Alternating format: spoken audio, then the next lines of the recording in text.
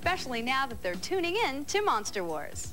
So we decided to find out, is there someone out there, male or female, who could be considered the sport's ultimate fan? Jim Davidson has the surprising answer.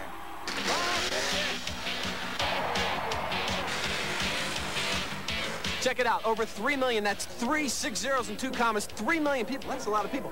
Check out monster truck action every year. They come out to the stands, they see it, but think about it, there's millions more who watch us every week right there where you are. So we thought it'd be kind of cool if we checked it out, went and found the ultimate monster truck fan. And we think we've done so. By day, she's a travel agent.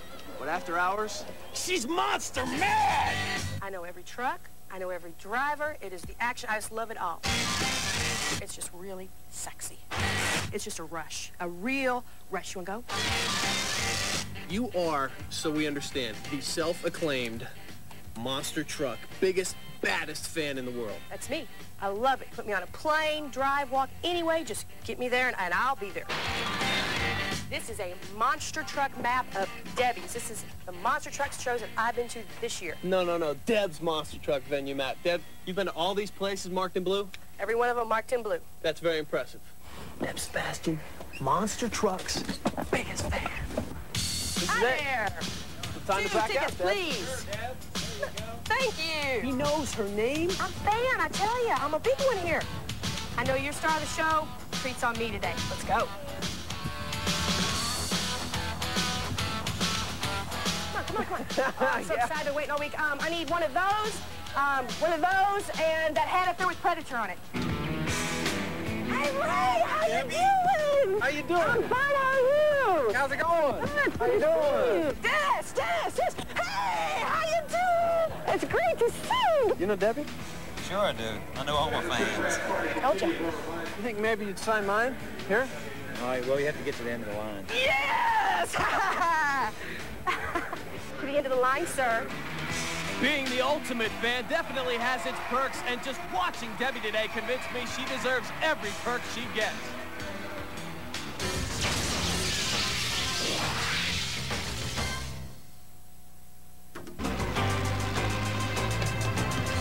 The big monsters are staging for round number 1, race number 5, our 5th and final race of this round between Taurus Eldon Depew out of Granite City, Illinois, and Wayne Smolzanek driving Tropical Thunder up from Jupiter, Florida. Tropical Thunder trying to redeem himself after a very disappointing 10th in qualifying. Now, it's very, very important to note that all of the winners from round number 1 will move on to round number 2, but also the top 3 fast losers will come back. And here goes Taurus with a great hole shot again. This is where it's all being won here at Lebanon Valley, right on the starting line. And Wayne Smolzanek still having lots of problems. Taurus gets the win 7.85 to 10 seconds for Tropical Thunder. That's lower than his qualifying time. Wayne Smolzanek, it's just not happening for him today. Seems to be having some fuel problems. He can't even get the power up to get over that first set of cars. And Taurus is just out of there. He is running great. Again, Eldon Depew, a veteran, seems to have figured out this course very quickly in qualifying, and now in round number 1 picks up an easy win. So Taurus moves on to round number 2, and as for Tropical Thunder, he gets a whole week to work on his truck. This Wrangler hit pay dirt, yeah! Tropical Thunder venture over them there hills. Try raining on somebody else's parade. Taurus kicked your gas. Round 1's over, but the action's just beginning. Let's take a look at which trucks advance to round 2. Carolina Crusher, Equalizer, Taurus, Predator, and Gravedigger were all victorious in the first round, adding 10 points each to their qualifying scores and automatically advancing to the next round. Now here are the losers, each earning only an additional 5 points for their efforts. Barefoot's 7.18 would have been good enough for a win if only he'd stayed on the course. At least he'll advance along with the other 2 fastest losers, UFO and Invader. From here on in, winning is all that counts. There is no second chance for the losers of our next races. So you know these mean machines will be putting it all on the line. Let's see how they match up for round 2. Carolina Crusher will square off against Taurus. Predator has his sights set on permanently grounding UFO. Gravedigger and Invader will mix it up, and starting us off, a rematch of a first-round race, Barefoot versus Equalizer. You can bet Barefoot will be trying to make up for his near disqualification in their first meeting. The Monsters are staging for round 2, so let's send it back out to Joe Lowe. Thank you, Luann. The crowd is screaming for more. I want to see more. And you at home, strap yourself in for round number 2. The two trucks staged right now, Barefoot and Equalizer. Let's see what makes them tick. The Barefoot Dodge, the world champion, is powered by a Keith Black Hemi Dodge, putting out 1,500 horsepower. The Chevy Equalizer, powered by 1,200 plus horses. He's about 150 pounds heavier. It's not going to be horsepower that wins it for Equalizer. It's going to be driving skill. That's what it's all about here in Lebanon Valley. Here's your chance, Barefoot. Once you do the right thing and stay on course. It's not going to matter, though, because it's my destiny to defeat you. All things being equal this time, the Equalizer shall be victorious. That I vow. The trucks are staged for race number 1 of round number 2. Barefoot and Equalizer, green lights, there they go. Barefoot has problems from the very start, and Equalizer opens up and goes for the win. But what happened to the world champion? Look at this. He's still running the race. 8.49 for Equalizer, 10.66 for Barefoot. Fred Schaefer has all sorts of problems. Maybe it was the mind game from the earlier infraction. Maybe he wanted to make sure he stayed on the track. Maybe it was a power problem. I don't know what was going on, but definitely Barefoot did not have things ready and dialed in for this matchup with the Equalizer. He not only didn't get any air, he's crawling over the cars. And David Morris gets the first win of the night in that very tough left-hand lane. He's down in the pits with Jim Davidson. David Morris, did you figure out something a lot of people have been trying to do? Is that left lane better than the right lane? The left lane is definitely better than the right because the right one's on an angle because of the way the track's built. So if I had my choice, I'd like to be in that left lane. Well, you had your choice, and you put Fred Schaefer and the Barefoot over in the right lane. Tell me about the run. Okay, I'm basically trying to go over that dirt hill, you know, full throttle, and just let the truck ride down like it's in a wheelie, and then feather it back over the first jump so that I'm in control, that I can really hammer it toward the last jump. Okay, you're mashing it. How fast are you going before you hit that last set of cars? Well, I'm not really sure, Jim. You know how fast I'm going. I'm just going as fast as I can possibly go. No time to look down at the speedometer? No time. There's more action to come with Taurus taking on Carolina Crusher next. Taurus! After you take a licking from me, you won't be ticking! I'll tick you off, Crusher. It's high noon, and I've got a score to settle with you that's as big as the size of Texas.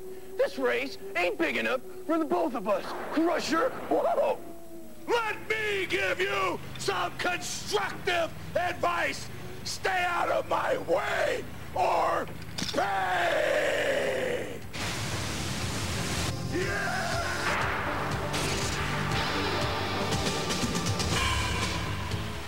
Monster Wars.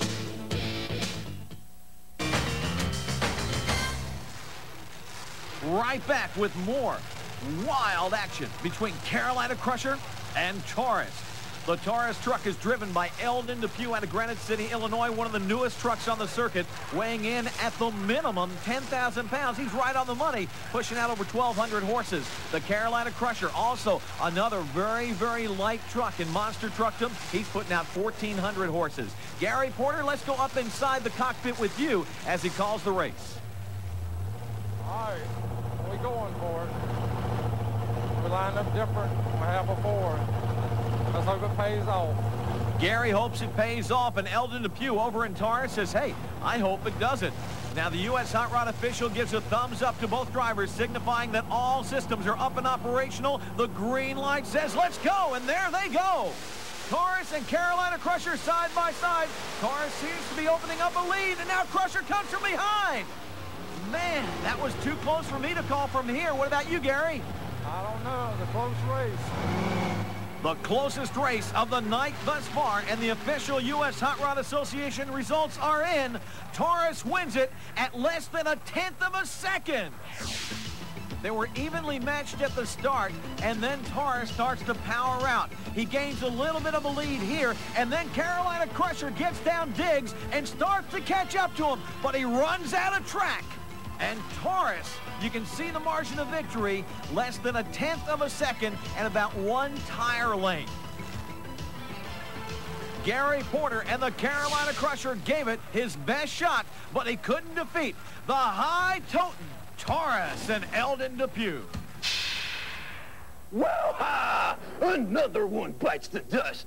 Equalizer, I'm setting my sights on you next. Get ready for a showdown.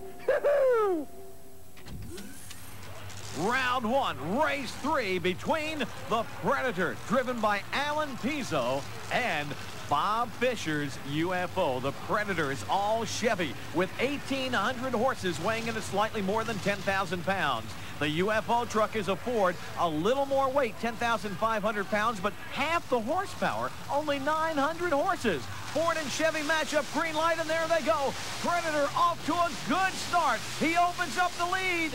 What's this? He's all over the track. He's all over the track. The time, 7.75 seconds to UFO's 8.10, but it doesn't do him any good because he left the track. He was not on the track at the finish. And what a way to lose a race. To run the fastest, but he left the track entirely, and he's disqualified. He is out of there. This shows you what happened. He got thrown off to the left, and he didn't even stay on the track. He is disqualified by USHRA rules.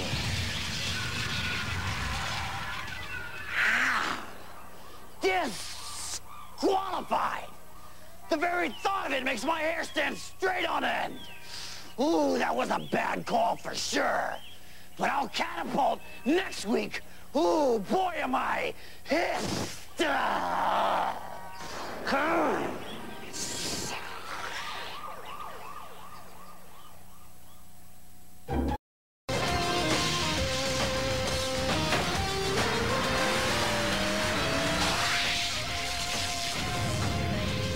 Action continues as we determine who's going to semifinal action.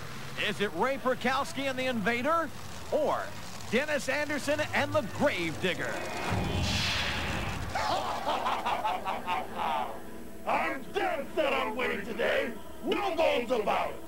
Gravedigger, I've got more staying power than you. It is written in the stars that I will be triumphant. When all worlds collide, it will be devastating.